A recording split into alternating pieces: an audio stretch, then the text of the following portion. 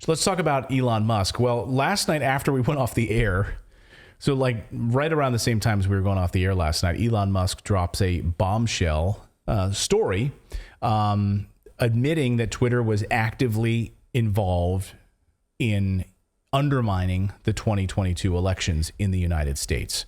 And this is a staggering story. So here was the original tweet that started it all from Reuters. So there was a Reuters piece that says, Twitter not safer under Elon Musk, says former head of trust and safety, who probably just got, fired. So of course they're out with an axe to grind. And then the tweet below it says, Twitter has shown itself to be not safe for the past 10 years and has lost users' trust.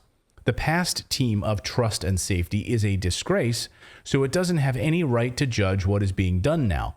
They had a chance, but they sold their souls to a corporation. And then Elon jumps in response to that. Exactly. The obvious reality, as longtime users know, is that Twitter has failed in trust and safety for a very long time and has interfered in elections. Twitter 2.0 will be far more effective, transparent, and even-handed, he said. Well, that's interesting. This comes just a few days after he said he is going to release the Twitter files, which are some kind of documents around why Twitter made certain content decisions that have affected, well, all of us, about what we can say, what we can't say, right. What we can like. It's interesting that a lot of his big bombshells come in conversations without him. He didn't come out and just say this, like, I've been looking through these Twitter files. I notice interfering in the U.S. election. And I know I bring this up a lot, but I think that it's relevant, the fact that Michael Cohen went to jail and was indicted for interfering with an election by keeping information from that the U.S. public had what a court of law decided that the U.S. public had the right to know about this Stormy Daniels affair with Donald Trump. Right. And because he was instrumental in keeping that from us right before an election, that's why he got in trouble. So if Twitter has done anything similar, then this is the same. Then we absolutely will see that the government is choosing winners and losers and saying it's okay if it benefits one party. It's not okay if it benefits another. Right. Yeah. And so it was only a few days ago he made that announcement on these Twitter files, and we're still waiting with bated breath on this. So here was the post-millennial headline. Breaking, Elon Musk confirms that Twitter interfered with elections. And then I want to kind of go through the deep dive on this. So let's take a look at the deep dive quote on this, what the post-millennial breaks down. It has long been believed, they say, that Twitter interfered in the 2020 general presidential election in the United States by suppressing and censoring the New York Post's bombshell report on revelations of shady international business dealings and influence peddling gleaned from Hunter Biden's laptop. Again, that's the same. I can't stand it. It's the same as the Stormy Daniels affair. Right. That's the same. We had the right to know both things. I can't stop. Don't stop. I don't have a voice to be screaming like this, but it'll break through.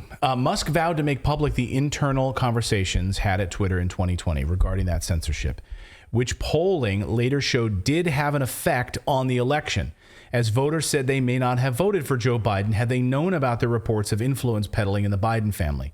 This reporting has been verified by established media in recent weeks. Yes, the New York Times, CBS came out and also verified it. At the time, former FBI agents claimed that the reports were intentional misinformation. And later, former Twitter CEO Jack Dorsey had apologized in front of Congress for the suppression of the accurate, verified reports. There's also been concerns that the big tech platforms interfered with elections in African countries by suppressing and censoring information there.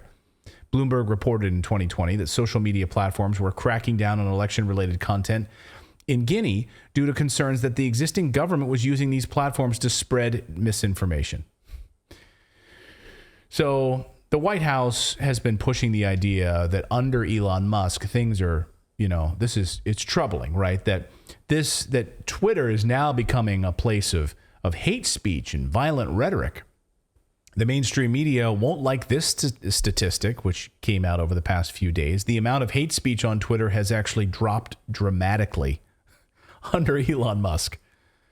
Oh, interesting. And The same time, Twitter has added 1.2 million or 2.2 million new accounts. And earlier this afternoon, Elon Musk announced that they were expelling or getting rid of a lot of bot accounts. So you might notice your follower counts dropping because they were just going through and eliminating bot accounts, bot accounts. I don't know what a better way to say it. Fake you don't accounts. need to. Fake bot accounts, yeah. But that's not stopping the White House at all from spreading lies about Twitter and Elon Musk and threatening investigations over this platform. So yesterday, reporter Peter Doocy asked the White House press secretary, Karine Jean-Pierre, so when will the White House delete its Twitter account? Watch. On another subject, when are you guys going to delete the White House Twitter account? Why would we do that? Well, you're saying that you're keeping an eye on Twitter because it might not be a suitable platform, so why use it? Look, I want to be very clear here. The president has always said, and he has been very, very clear in his belief that it is important of social media platforms to continue to take steps to reduce hate speech and misinformation. And will continue to say that. But media platforms make independent choices about their information that they present.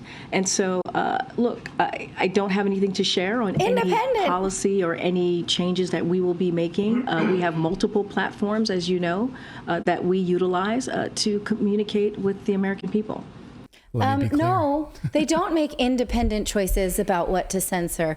Mark Zuckerberg admitted that the FBI called him. That's not independent. Right. They could have made an independent choice. They did not. They had a conference call. Actually, no, they had an in-person. They went and showed up. Yeah, they had an in-person meeting about content. So that's a lie. Yeah. Well, it can't be a lie because she said, I want to be very clear here. Oh, which I kind of want to make. I kind of want to make like a game out of that. Like there should be something we should do every time she says, "I want to be clear here." I don't know if you could like. I was thinking earlier today. I need some sort of like a bell. I need something that I can ring or like a swear jar. Yeah, put it something like pops a quarter up. in the. Let me be clear. We've always been clear. The president has been clear. Let's be clear. We've always been clear. She says it every 5 sentences. And when President Biden took office, Twitter gave him the @POTUS handle, and they fought to get Trump's followers automatically transferred into the new Joe Biden POTUS account, and Twitter wouldn't let him do that. And according to most reports, he was pissed about it because he wanted to automatically inherit all of those followers that Trump had built up over all those years because he was so prolific on the platform.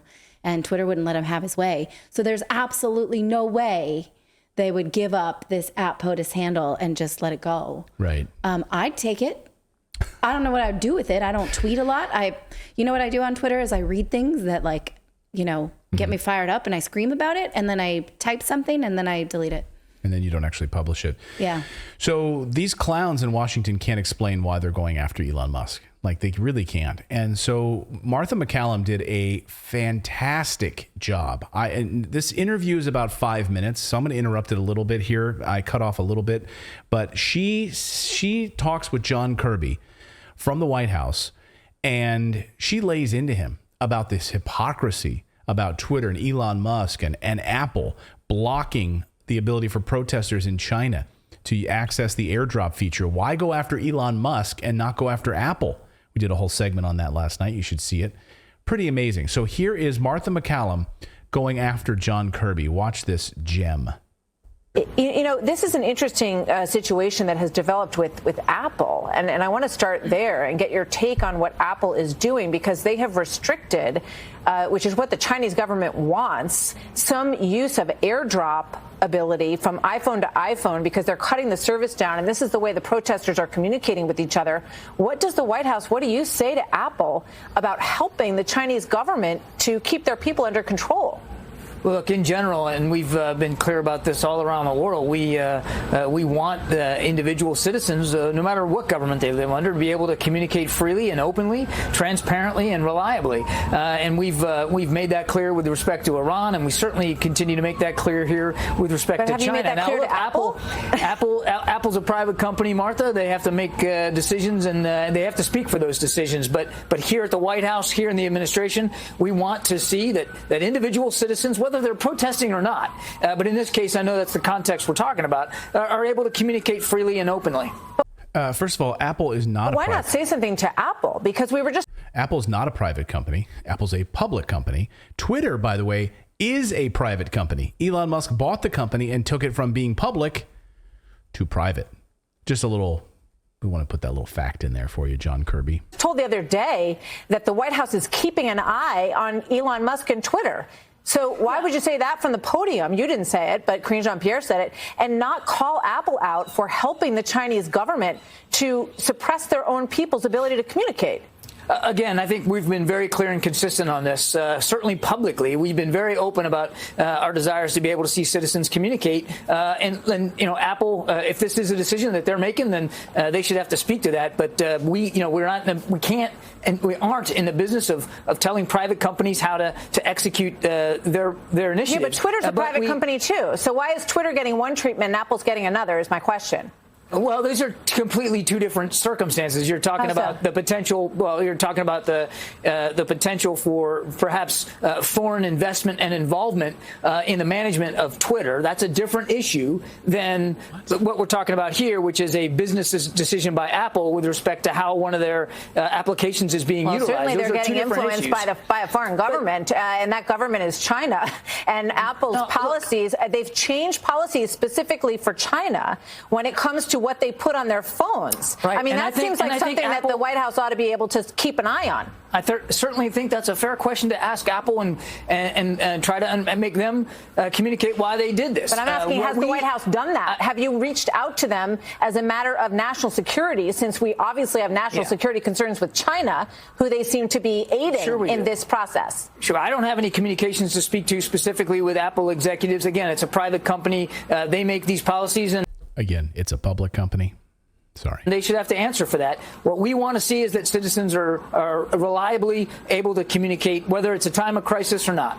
Yeah, but I go back to this same thing, because we were just told that the White House will keep an eye on Twitter because they're concerned about the new Twitter 2.0 that Elon Musk is putting in, where he wants more free speech on Twitter. So they're going to keep an eye on Twitter, and yet you're taking a hands-off approach. You say there's been no communication with Tim Cook at Apple about this process in China with the Chinese government? Martha, I'm not aware that there's been any conversations specifically with Apple on this particular issue. It's a private company. And as for it's a public company.